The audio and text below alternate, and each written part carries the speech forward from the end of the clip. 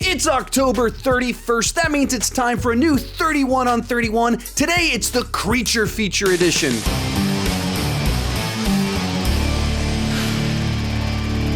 31 on 31 is a series invented by the guys over in the Autopstream, and they graciously invited me once again to join them for the latest 31 on 31. The Autopstream is Cody Leach, Brian Lomax, and CP, and each one of them have put out their own 31 on 31 Creature Edition today. You can find links to their videos down below in the description. Please be sure to head on over to their videos, watch them, like, comment, and subscribe to all of their channels, especially in the year 2020. That's incredibly helpful if you can do that. Also, be sure down in the comment section to share your ranking of all of these 31 movies that you've seen. My list is definitely not the right list. You are going to disagree with me multiple times throughout this video, but I would love to see your list, and let's get started. In last place is Jaws: The Revenge. Some movies are so bad they loop back around and become good again. This is not one of those movies. This movie is so bad, it's just plain boring. Now, there are moments and scenes in this movie that are so bad they are hilarious. And the basic concept of a shark that's out for revenge, that wants to eat people for personal reasons, that is hilarious. But this movie plays everything so serious, as if it's not an unbelievably stupid film, which maybe could work, but there's no tension, there's no thrills, there's no entertainment value here. In fact, the critics really took a bite out of this one. It has a 0% on Rotten Tomatoes. And for how stupid it is, it's impressively short on schlock value fun. The reason this one is in last place is because it had the budget, it even had some star power, but it didn't have a clue. It has absolutely no excuses for being this bad and this boring. Kicking off our top 30 is Critters 3. Now, I've never been a particularly big fan of the Critters franchise, but this entry in particular is really just scraping the bottom of the barrel. Everything that happens throughout the film seems to take place simply because of coincidence. There's no logic driving any of it.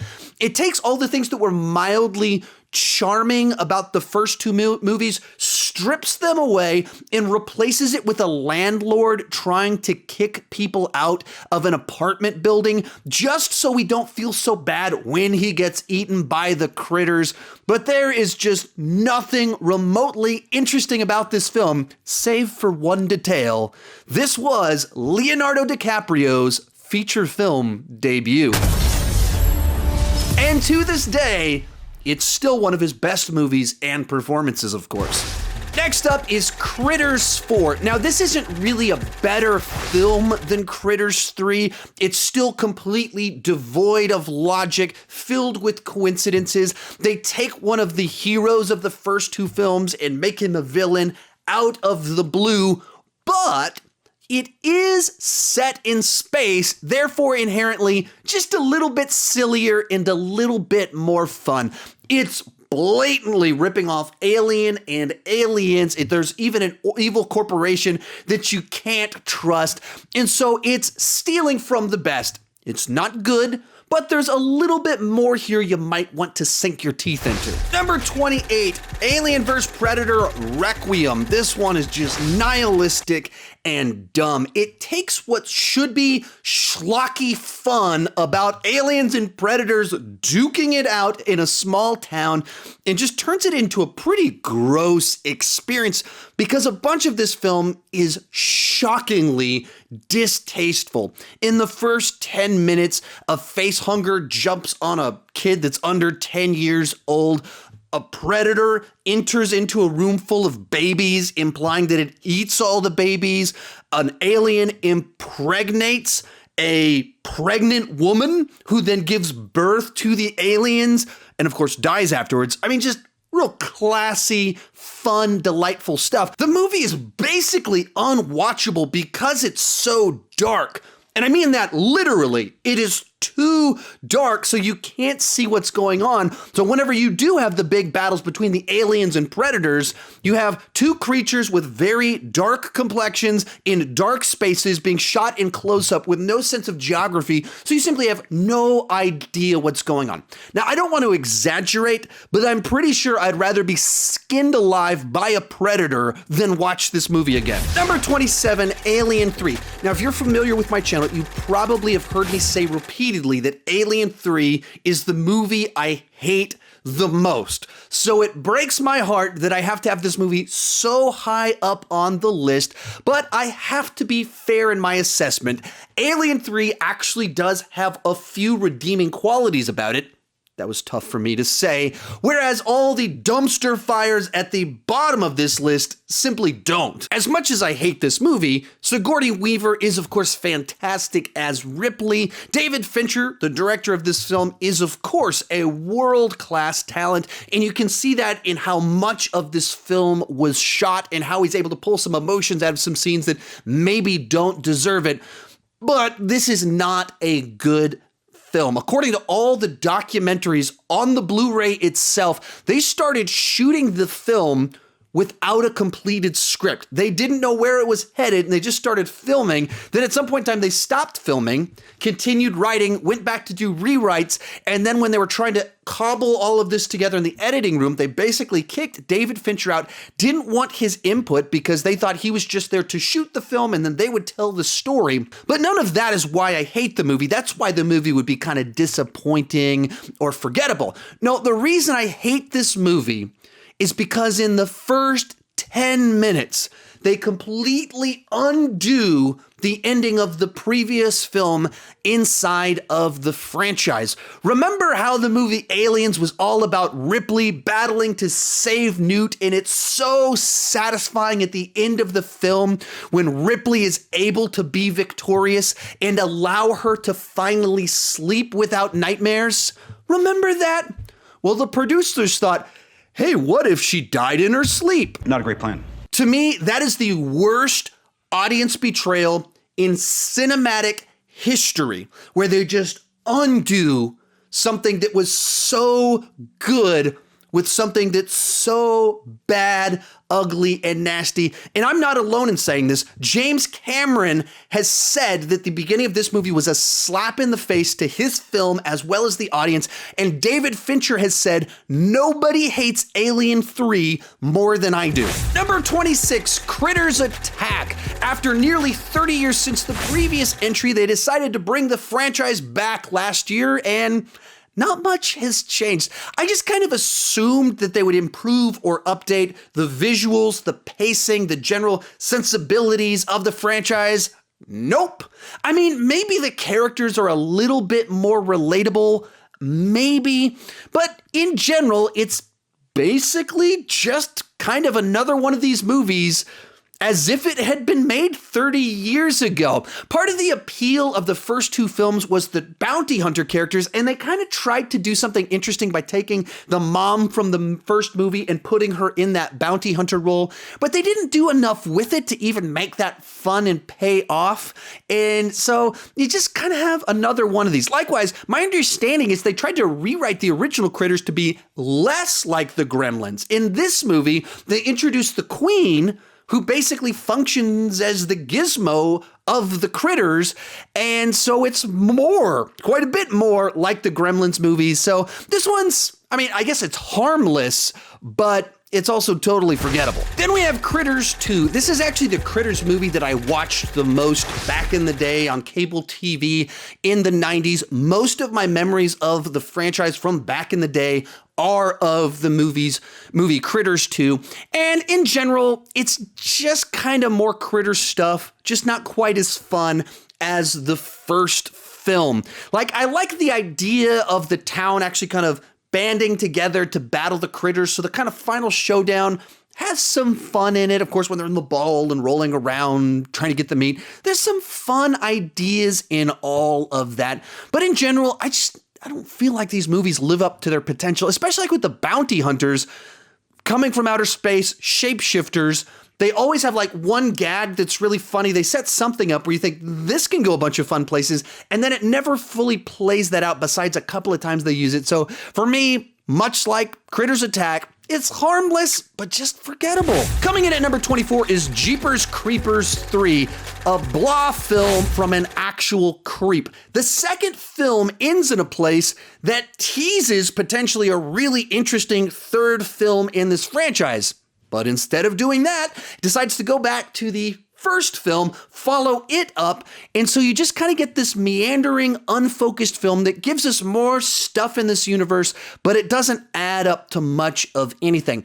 Now, the best part, I think, is about how there's kind of a police investigation that fleshes out what the world would be like in this area if this was going on for 23 days, but it doesn't really lead to anything interesting.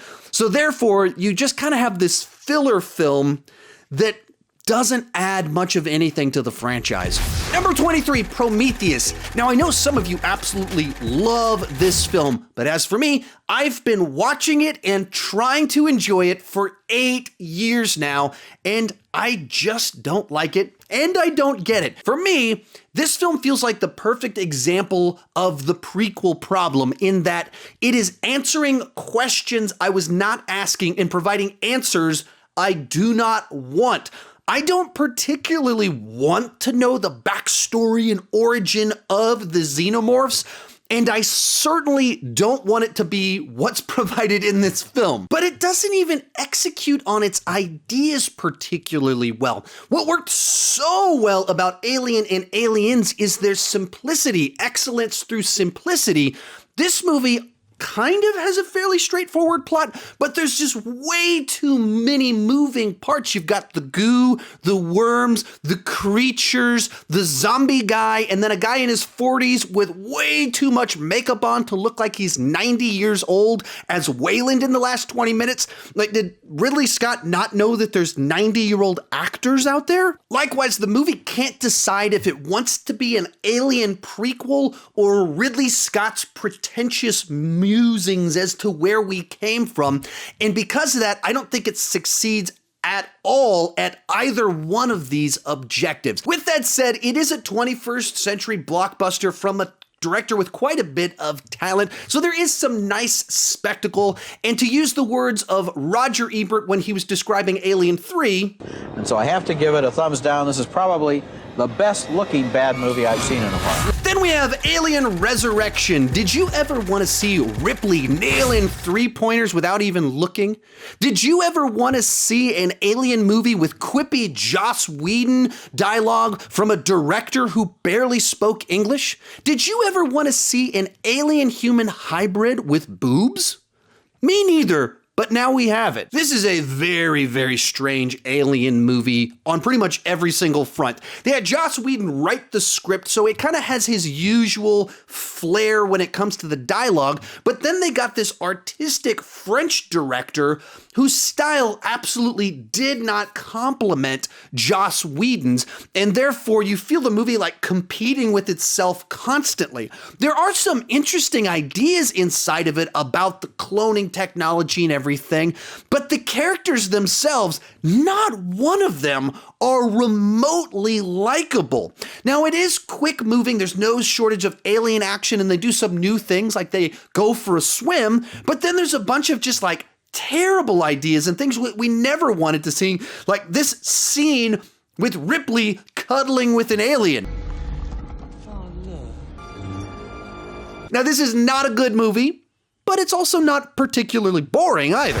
At number 21 is Critters. This is an okay 80s creature feature in the vein of Gremlins, though less wacky and with more influences from sci-fi and action. It's also from the director of Bill and Ted's Excellent Adventure. No way! So he brings a certain sense of energy and humor to the entire film. Probably the best quirky detail for this film is the bounty hunters and that they're alien shapeshifters and they don't quite understand the way Earth works. So there's some subtle fish out of water humor that kind of plays throughout the entire film.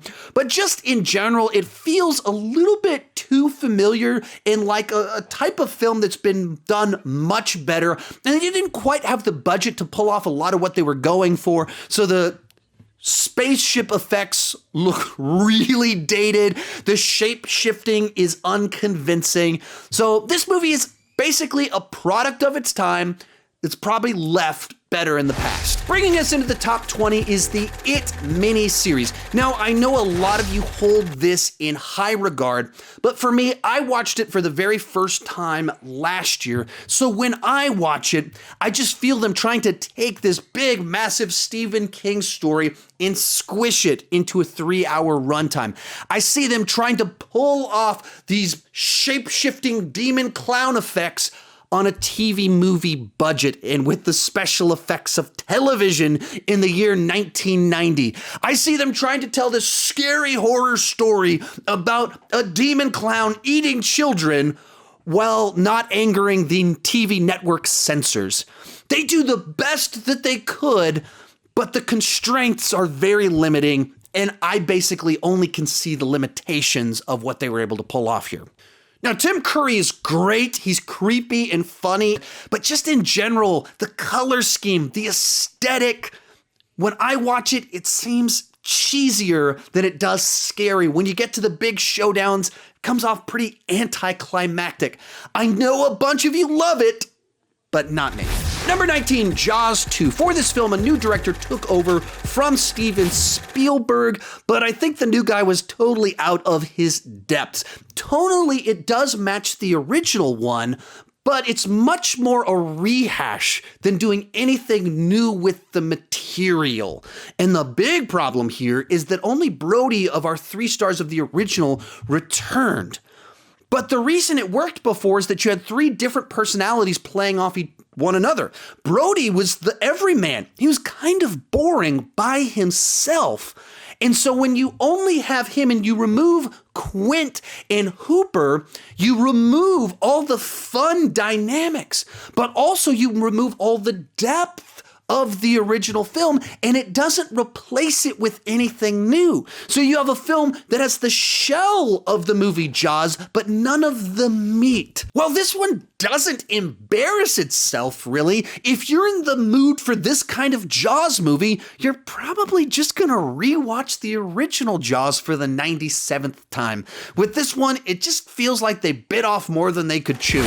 Then we have Jaws 3D. On a purely technical level, Jaws 2 is probably a better made film, but this one is just kind of dumb fun. You've got sharks, you've got SeaWorld, and you've got it in 3D. Beyond that, you've got Dennis Quaid, Leah Thompson, Louis Gossett Jr. kind of filling out the cast, who are just kind of fun to see on screen. By no means is this a good movie, but at least it's dumb fun, whereas the other Jaws sequels are just dumb. If I'm in the mood to watch a Jaws movie, I'm going to watch the first Jaws movie.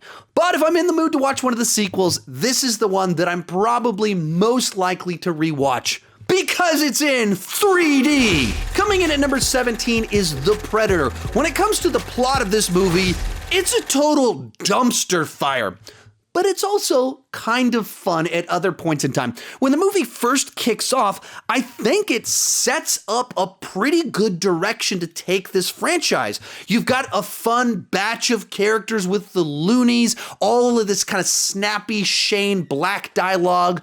But as soon as you get to the point in time where the hybrid predator shows up and it's 15 feet tall, this movie just goes off the rails.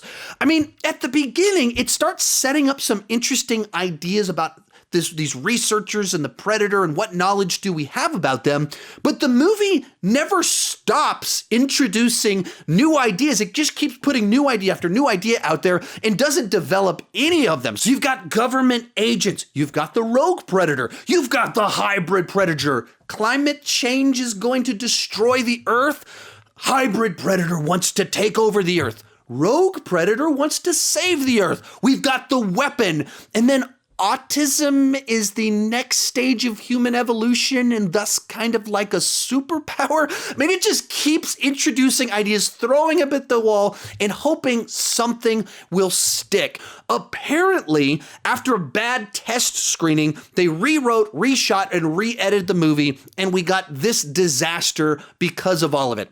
This is not a good movie, but it is kind of entertaining. Number 16, Gremlins 2. Now, if you watch the first Gremlins movie, enjoy it, and move on to the second movie without context, the only natural response is WTF, because this movie is bananas. Apparently, Joe Dante, the director of the first film, really didn't want to do a sequel, but the studio really did want him to do a sequel because the first film was just printing money for them. So after several of his movies didn't do so well, he went back to the studio and said, I will do a Gremlins 2, but I need complete creative control.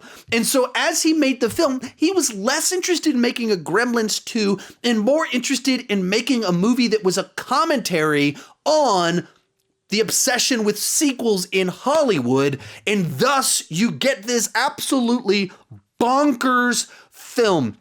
You've got a talking gremlin, you've got a fruit gremlin, you've got a crazy-eyed gremlin, you've got a flying gremlin, you've got a gremlin that's in a relationship with the Johnny Cab character from Total Recall. I mean, this movie is just all out there. There's a scene where Leonard Maltin is killed by gremlins for giving a bad review to the first Gremlins movie. Hulk Hogan stands up in the middle of it because the film reel burns, so it's as if he's in the theater. He stands up to apologize to the audience.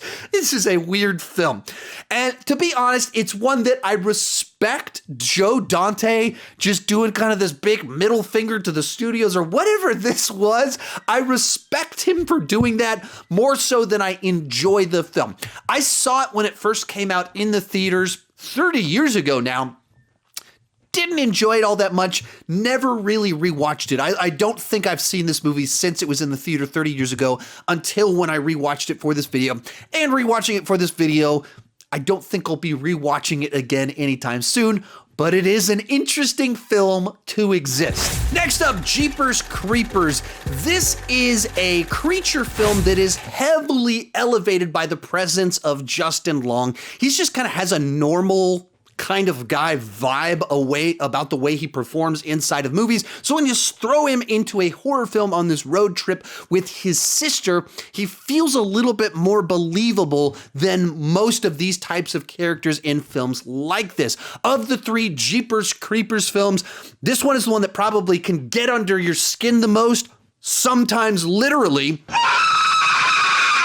In general, I think it's a little bit unfocused, though. It's like the director had a bunch of different images that he wanted to put into a movie, and that it doesn't feel particularly cohesive. So in general, a movie that I enjoy the parts more than the whole. Number 14, Jeepers Creepers 2. Now, I'm pretty sure it's a hot take to have Jeepers Creepers 2 ranked better than the original Jeepers Creepers. But for me, the reason I put it here is I just feel like this is a more focused film. Whereas the first one, kind of scattershot, as I mentioned, this one, you kind of only have these two plot lines, one about this father out for revenge, this other one about a school bus that's stranded. It creates a certain tension amongst the group of people where they're trying to decide what they should try and do and who they should kick off. I'm also a little bit more of an action movie guy, so the idea about someone out for revenge using this post-hole digger gun thing that he's created, that's fun for me, and it feels like it actually comes to a more satisfying conclusion to the first one. You know, they're really kind of tied for me. And number 13 is Predator 2, a decent follow-up to Predator, but a movie that I've never liked as much as I feel like I should. On paper, this seems like a movie that I should love. First off, it's a Predator movie that's in a new setting, so it's not a rehash.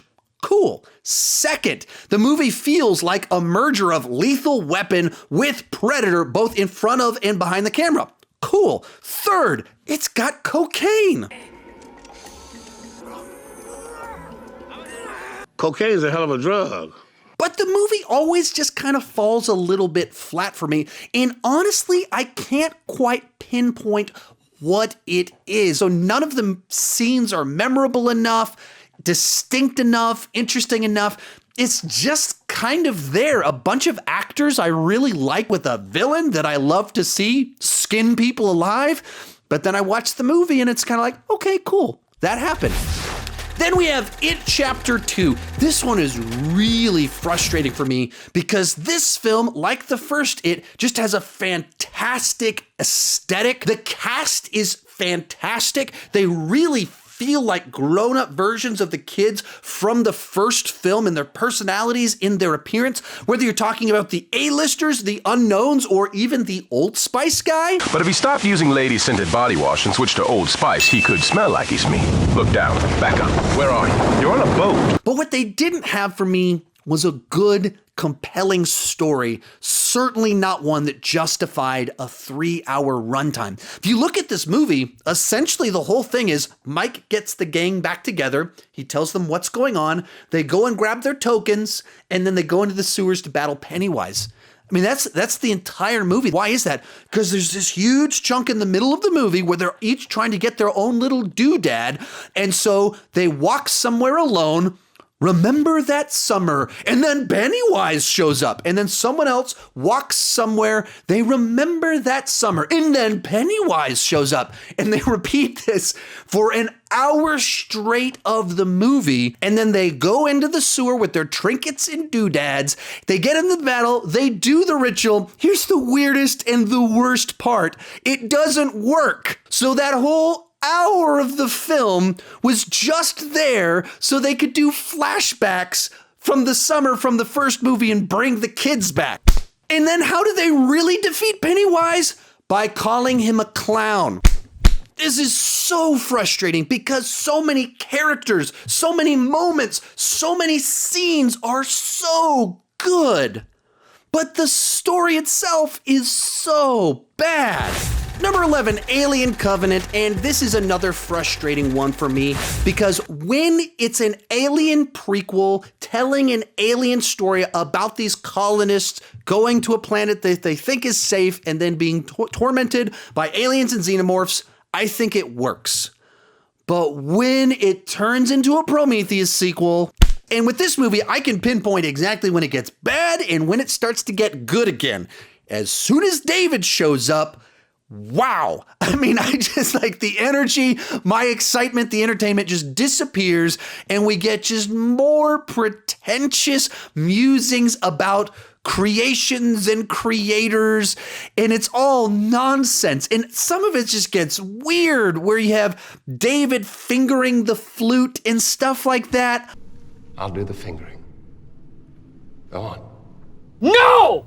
No! I don't know what it was going for, and you have more of these colonists doing unbelievably stupid things. Then, as soon as you have the battle between Walter and David and they leave, it starts to get kind of fun again, and you get more xenomorph carnage. Now, granted, all the best things about this film are borrowed from better films, but they're borrowing from the best and being directed by a world-class director in Ridley Scott. Kicking off our top 10 is Alien vs. Predator. Now, I know a lot of you hate this film because it's PG-13, because it's goofy and corny. I gotcha. For me, I can watch this as feature-length fan fiction and just have a lot of fun with it. For whatever reason, taking aliens and predators, giving them kind of this convoluted backstory about this being kind of the training ground for the predators, and then you just take a group of these guys that turn out to be mercenaries there with Wayland, so you get mercenaries versus xenomorphs versus predators, predators versus xenomorphs. You get human lady teaming up with the predator to battle the xenomorph. You get all of the goofy fun stuff that you want. What this movie gets that Alien Covenant and Prometheus didn't get is that people don't turn into xenomorph movies to ponder where we came from and why we're here and the nature of the creator to its creation. We tune in for the carnage and the mayhem, and this one just embraces the goofy side of all of that, especially based off the title of this movie. This is not supposed to be high art. It's not. It's goofy fun for me. Coming in at number 9 is The Thing 2011. Now, I hadn't seen this movie until about a month ago when I was starting to prepare for this video, and it actually kind of impressed me. Certainly, it's not on the same level as the John Carpenter film, but because it's taking all these questions you actually have when you watch that film and answering them, it's an interesting companion to it. It's a little bit of about like a cover band playing your favorite song. It's repeating a lot of the same types of scenarios. It functions kind of like a soft remake while it is actually a prequel. But in doing so, it kind of delivers the stuff that you like in a slightly different way. It has the paranoia. It has the gore that you want. It has the body horror. It expands the mythology, shows a little bit more stuff of what was going on to flesh it out. In doing so, not improve the original film, but make it a more fulfilling experience. Now, the big problem here is that they decided to go with some CGI for the creature effects, and it was just a bad idea. That was a weird decision, but otherwise, actually worthwhile follow-up. Number 8, Predators. This is a movie that I've always really enjoyed, and I'm a little bit surprised it doesn't get more love from the fan base. At its core, it takes the idea of the Predators and does something kind of interesting and different with it in having the Predators themselves take a bunch of predators, very different types of predators from the earth, put them on this reserve and have them work as kind of this training ground for the predators, which is a lot of the word predator. I think that's a really interesting, clever idea for a Predator movie. And beyond that, you've got a phenomenal cast here in getting these different personalities. Where, of course, you have Adrian Brody in the lead, doing something very different from what he's usually done. Walton Goggins, Danny Trejo, Topher Grace. You even have like a young Mahershala Ali in the film. It's not groundbreaking, but to me, Predator movies don't need to be groundbreaking. It's just, did we get more awesome Predator action? And for me, that's what this delivered. Real quick, for me, there's a noticeable jump in the quality and prestige of the films from number 8, Predators, to the next film on this list.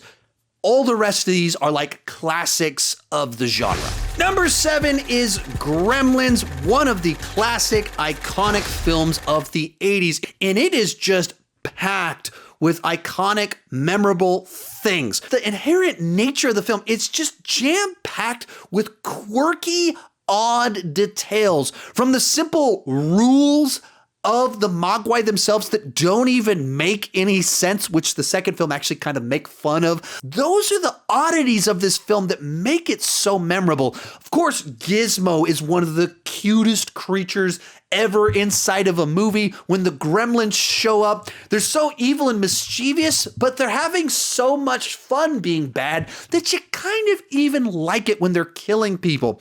With all of that said, for me, this movie, while iconic and memorable, I don't fully think that it's a great film. It's kind of like a super catchy pop song. You like it, everybody knows it, but it doesn't necessarily mean it's quite as good as its popularity. Especially as you move into the second half of the film, Gizmo kind of disappears for large stretches of time. There's some weird tonal shifts at certain points. The part where Phoebe Cates is telling this story about her dad is just so weirdly melodramatic with such an oddball, dramatic, melodramatic story. Of course, I really enjoy this movie. I've been watching it my whole life.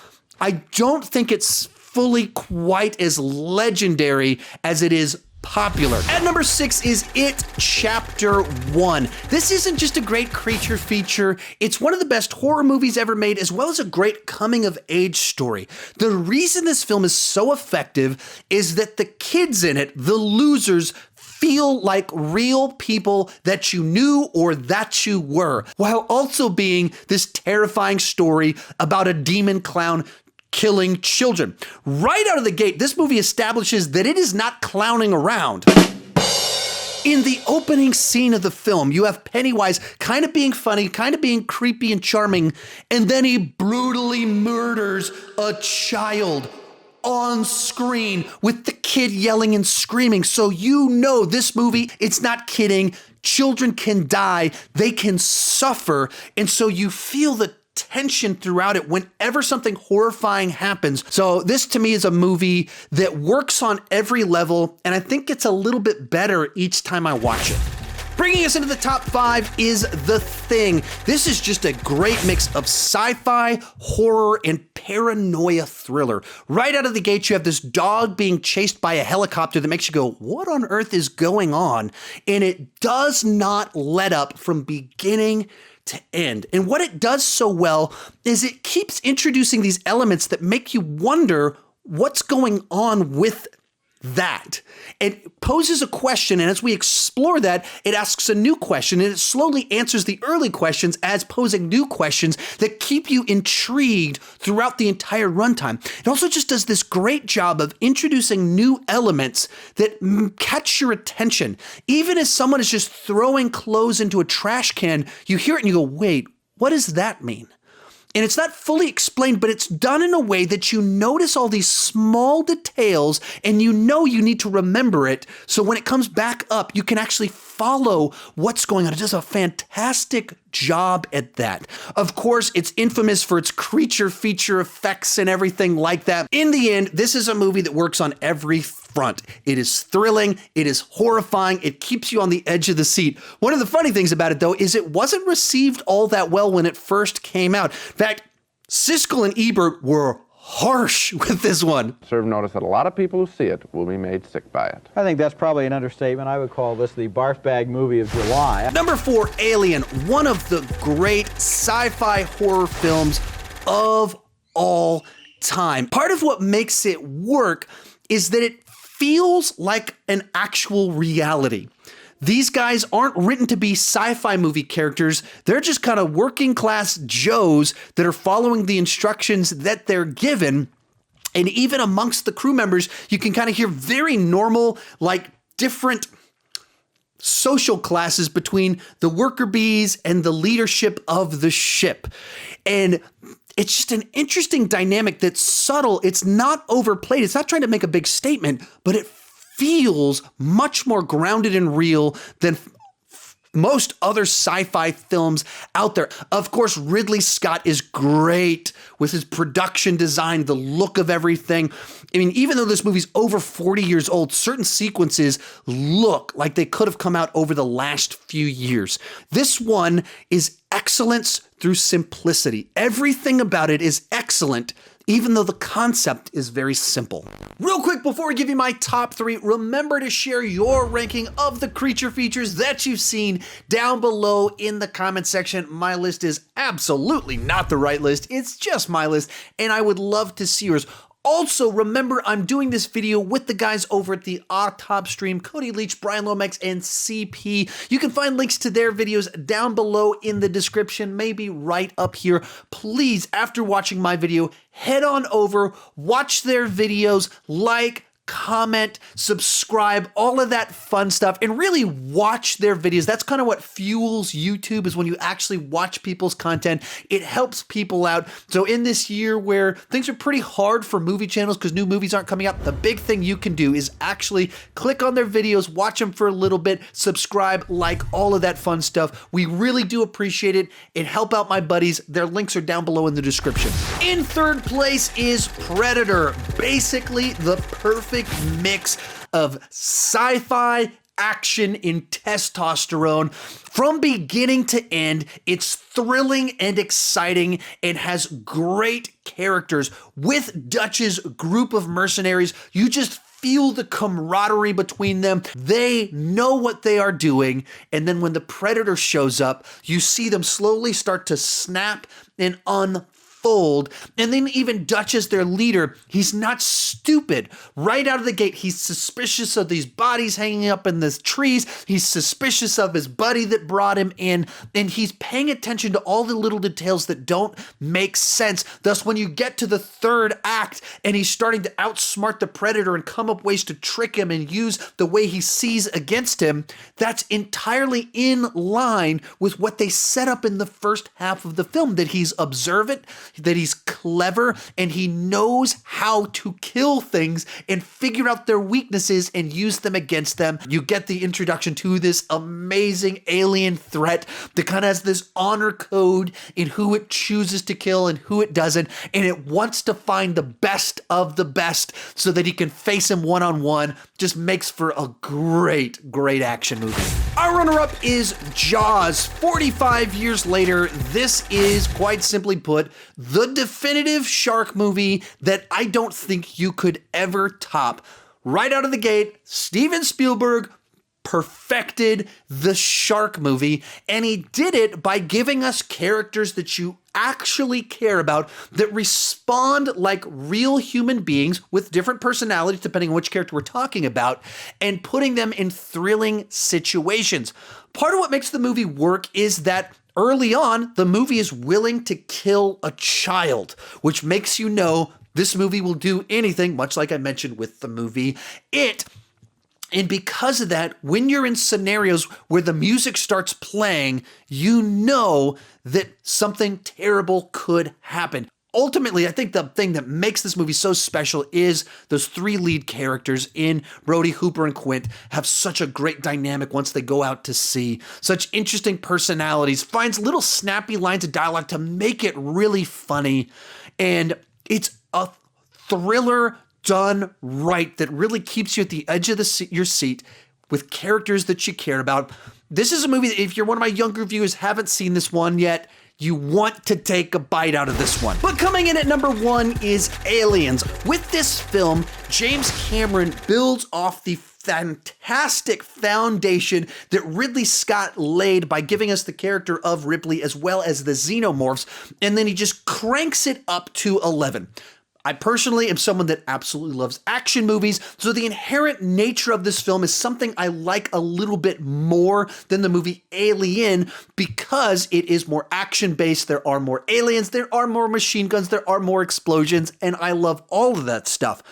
But beyond that, what I love about this film is that it goes so much deeper with the Ripley character by having this kind of time gap where she returns and everyone she knows is dead, and she finds a new family with Newt and Hicks. And there's something very profound about that. And they're able to make Ripley this character that's incredibly maternal in the way that she cares about Newt and wants to take care of her, while she's still one of the great movie badasses of all time. Get away from her, you bitch! And the entire last 25 minutes is just horrifying scenario, followed immediately by such satisfying victory as Ripley goes to save Newt, faces down the Queen, just have this back and forth with the Queen, tilts her head and decides to blow the whole thing up. And then we get that final big showdown at the end of it. I absolutely love everything about this movie. And the icing on top of the whole cake here is James Horner's score that is just phenomenal. So if you're talking about a movie that's just designed for me, Aliens is one of those movies. It delivers on every single front that I love, and it's so satisfying at the end. So it comes in at number 1. Hey, thanks so much for checking out my 31 on 31, but be sure to check out everybody else's as well. Don't just click on it, click that like button, leave a comment, and watch for a little while. Support their channels, click subscribe. Thank you so much for watching, and keep talking movies too much.